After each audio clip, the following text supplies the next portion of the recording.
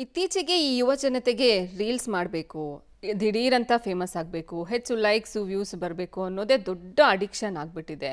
ಇಂಥದ್ದೇ ಅಡಿಕ್ಷನ್ನಿಂದ ಅಪಾಯದ ಮಟ್ಟನು ನೋಡ್ದಿರಾ ಒಂದು ಗ್ಯಾಂಗ್ ಅಪಾಯಕ್ಕೆ ಸಿಕ್ಕಾಕೊಂಡ್ಬಿಟ್ಟಿದ್ರು. ಆ ಸ್ಟೋರಿ ಇದೆ, ನೋಡೋಣ. ಸಾಮಾಜಿಕ ಜಾಲತಾಣದಲ್ಲಿನ ರೀಲ್ಸ್ ಗೀಳು ಅಪಾಯದ ಸ್ಥಳಗಳಿಗೆ ಹೋಗಿ ಚೆಲ್ಲಾಟ, ಸ್ವಲ್ಪ ಯಾಮಾರಿದ್ರು ಜೀವಕ್ಕೆ ಕುತ್ತು. ಹೌದು, ತಾಂತ್ರಿಕ ಜಗತ್ತು ಮುಂದುವರೆದಂತೆ ಸಮಯದ ಸದುಪಯೋಗವಾಗುವ ಬದಲಿಗೆ ಅಬಾಲ ವೃದ್ಧರೆಲ್ಲ ಮೊಬೈಲ್ ದಾಸರಾಗ್ತಾ ಇದ್ದು ಈ ಮೂಲಕ ರೀಲ್ಸ್ ಗೀಳು ಹೆಚ್ಚಾಗ್ತಿದೆ. ಎಲ್ಲಂದರಲ್ಲಿ ರೀಲ್ಸ್ ಮಾಡುವ ಗೋಜಿಗೊಳಗಾಗಿ ಅದೆಷ್ಟೋ ಕುಟುಂಬಗಳಲ್ಲಿ ಬಿರುಕು ಉಂಟಾಗ್ತಿದೆ.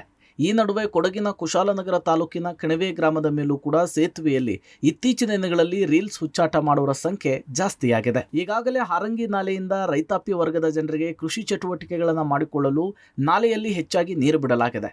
ಆದರೆ ಇದನ್ನು ಕೆಲ ಯುವಕರು ಯುವತಿಯರು ಗಮನಕ್ಕೆ ತೆಗೆದುಕೊಳ್ಳದೆ ಕಾಡಿನ ಪ್ರದೇಶಗಳಿಂದ ಅಕ್ರಮವಾಗಿ ಸೇತುವೆಯ ಮೇಲೆ ಪ್ರವೇಶ ಮಾಡಿ ರೀಲ್ಸ್ ಜೊತೆಗೆ ಹುಚ್ಚಾಟವನ್ನೇ ಮೆರೆತಿದ್ದಾರೆ. ಅಷ್ಟೇ ಅಲ್ಲದೆ ಕೆಲ ಯುವಕ ಯುವತಿಯರು ಸೇತುವೆಯ ಮೇಲ್ಭಾಗದಲ್ಲಿ ಅನೈತಿಕ ಚಟುವಟಿಕೆಗಳನ್ನು ಮಾಡ್ತಿದ್ದಾರೆ ಅಂತ ಇಲ್ಲಿನ ಗ್ರಾಮಸ್ಥರು ಆರೋಪಿಸ್ತಿದ್ದಾರೆ.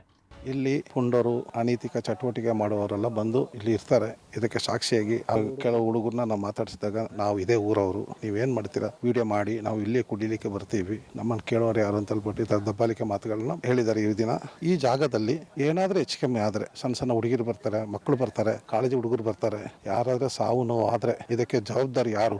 ಕುಶಾಲನಗರ ಕೊಡಗು ಜಿಲ್ಲೆಯಲ್ಲೇ ಒಂದು ಪ್ರಸಿದ್ಧವಾದಂಥ ಸ್ಥಳ. ಅದರಲ್ಲೂ ಕಣಿವೆ ಅನ್ನೋ ಒಂದು ಊರಿದೆ. ಇದು ಎರಡನೇ ಕಾಶಿ ಇದ್ದ ಹಾಗೆ ತುಂಬಾ ದೊಡ್ಡ ಮಟ್ಟದ ನೀರು ಹರಿತಾ ಇದೆ. ಇಲ್ಲಿ ಪ್ರವಾಸಿಗರು ಬಂದಂತ ವ್ಯಕ್ತಿಗಳು ಏನಾದರೂ ಕೂಡ ಮೋಜು ಮಸ್ತಿಯಲ್ಲಿ ಇದ್ದ ಸಂದರ್ಭದಲ್ಲಿ ಆಯತಪ್ಪಿ ನೀರೊಳಗಡೆ ಬಿದ್ದರೆ ಅವ್ರ ಬಾಡಿ ಸಿಕ್ಕೋದು ಏನಿದ್ರು 150 ಕಿಲೋಮೀಟರ್ ಒಳಗಡೆ ಆಚೆಗೆ, ಮತ್ತು ಯಾರು ಕೂಡ ಗೊತ್ತಾಗಲ್ಲ. ಒಂದು ಜೀವ ಹೋದ್ರೆ ಆ ಜೀವನ ನಾವು ಮತ್ತೆ ತರಲಿಕ್ಕೆ ಸಾಧ್ಯ ಇಲ್ಲ. ಹಾಗಾಗಿ ವಿದ್ಯಾರ್ಥಿಗಳು ಬಂದಂತರು, ಅವರು ವಿದ್ಯಾಭ್ಯಾಸ ಕಲಿಯಕ್ಕೆ ಬಂದಂತರು ಅಲ್ಲಿ ಇರಬೇಕೆ ಹೊರತು ನೀರು ಮೇಲ್ಗಡೆ ಎಲ್ಲ ಬಂದು ಇದನ್ನೆಲ್ಲ ನೋಡುವಂಥದ್ದು, ಆ ನಾಲೆ ಮೇಲೆ ಕಂಬಿ ಹತ್ರ ದಾಟಿ ಒಳಗಡೆ ಹೋಗುವಂಥದ್ದು, ಇದೆಲ್ಲ ಬಹಳ ಅಪಾಯಕಾರಿ.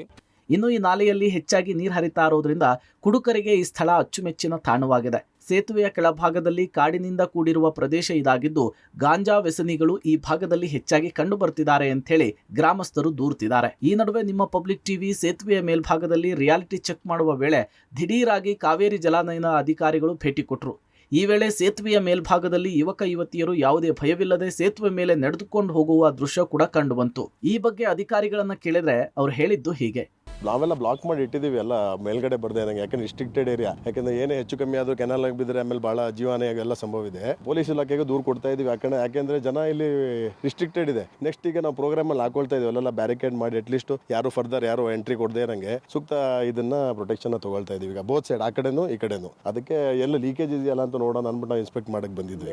ಇಲ್ಲ ನಾವು ಇಮಿಡಿಯೇಟ್ ಆಗಿ ಅದನ್ನ ಏನೈತೆ ಎಲ್ಲ ಪ್ರೊಟೆಕ್ಷನ್ ತಗೊಳ್ಳೋಕೆಲ್ಲ ವ್ಯವಸ್ಥೆನೂ ಕೈಗೊಳ್ತೀವಿ. ಒಟ್ನಲ್ಲಿ ಸಂಬಂಧಪಟ್ಟಂತಹ ಅಧಿಕಾರಿಗಳು ಇದಕ್ಕೆ ಕಡಿವಾಣ ಹಾಕಬೇಕಿದೆ. Mallikarjun, public TV, Madikeri.